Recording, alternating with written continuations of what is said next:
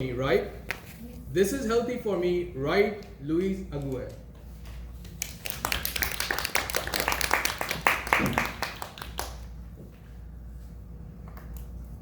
Good evening. Good evening, fellow Toastmasters, and welcome guests.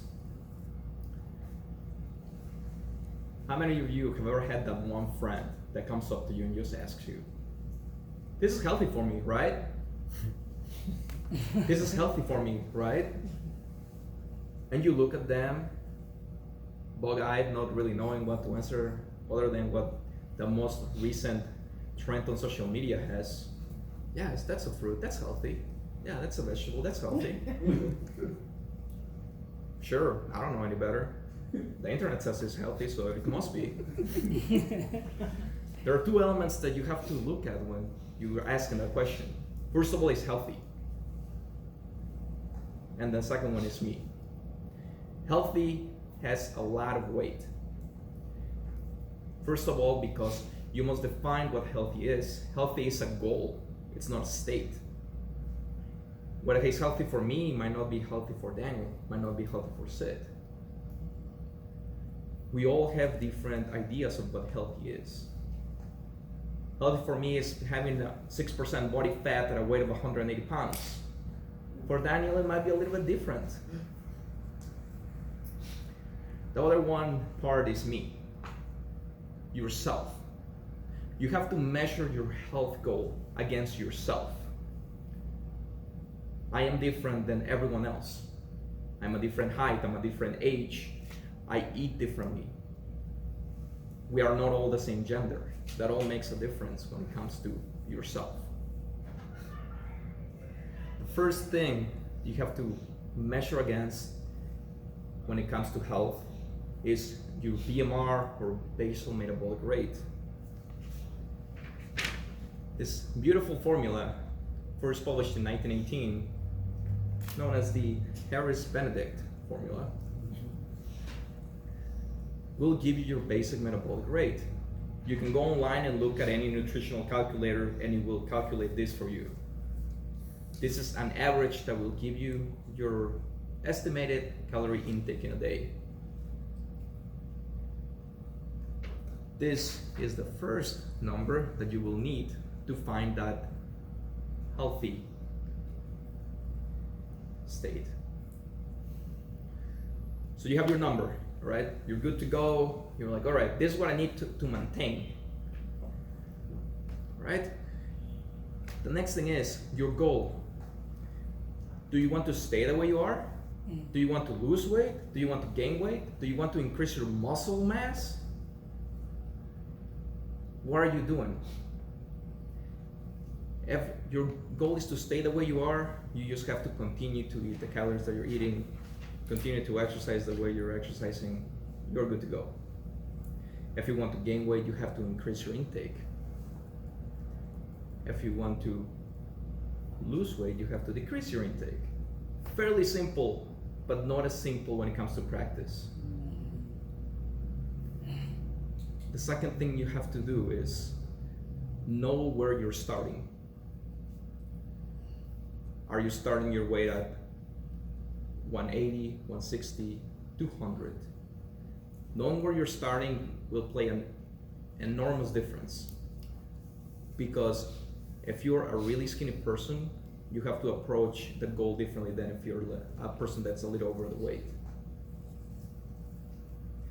Once you have that starting point, then you have to realize, all right, I know where I want to go. How quickly do I want to get there? Do I want to cut my calories increasingly fast?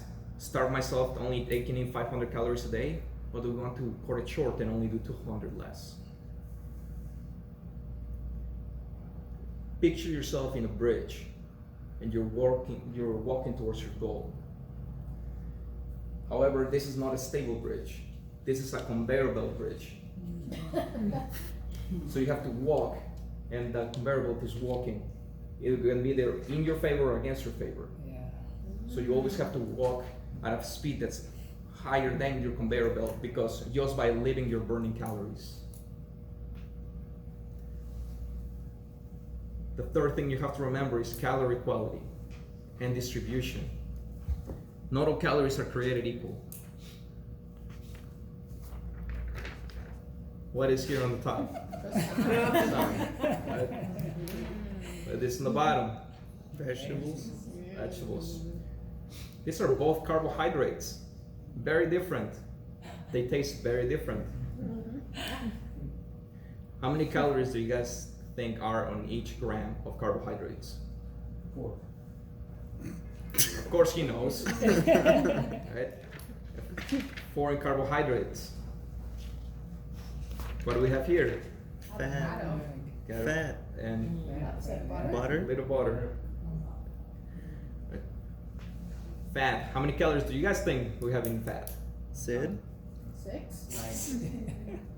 Let's give that his homework. Protein.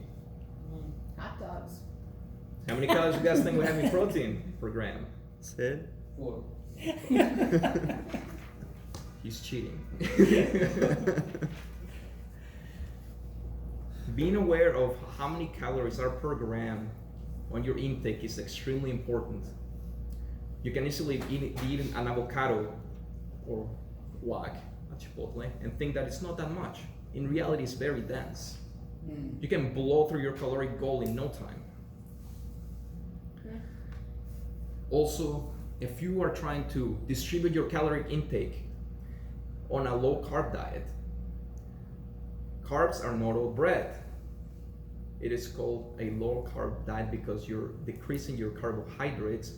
However, you can still have vegetables which count as carbs. They're categorized as carbohydrates, however, they are different. Being aware of the quality will help you get to your goal quicker and in a healthier way. Also, when you're building muscle, if that is your goal, it will help you maintain and grow the muscle. It is recommended that you intake about 1.5 grams of protein per weight if you're trying to build muscle. Following those 3 steps will help you achieve your goal quickly and effectively. That is why next time you have anyone asking you, this is healthy for me, right? Well, it depends. Do you know yourself? Do you know your goal? If you know yourself and you know your goal, then I assure you, you don't have to ask. You'll know if this is healthy for you or not. Mr. Table Topics Master.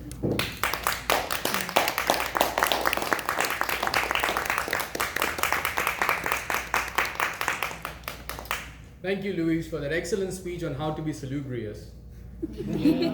Got it. Cheating for sure. Right there on the board. Keeps on cheating. Again, same thing. Roundtable feedback. Oh, Teresa. I like how you convey your command and expertise over your audience, and I would be thrilled to see you take that to the next level because you did so, and I would like to see how it would be like at a higher level. Thank you.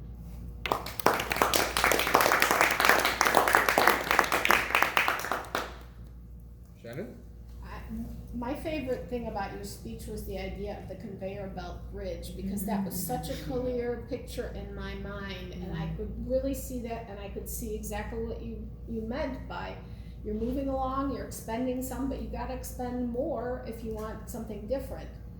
When you concluded, you said following these 3 steps. I think whenever you refer back to something, you've been talking about them and we may have forgotten one of the points. So following these 3 steps and then name them, you can do this. So I would suggest that might make an even stronger ending. Thank you.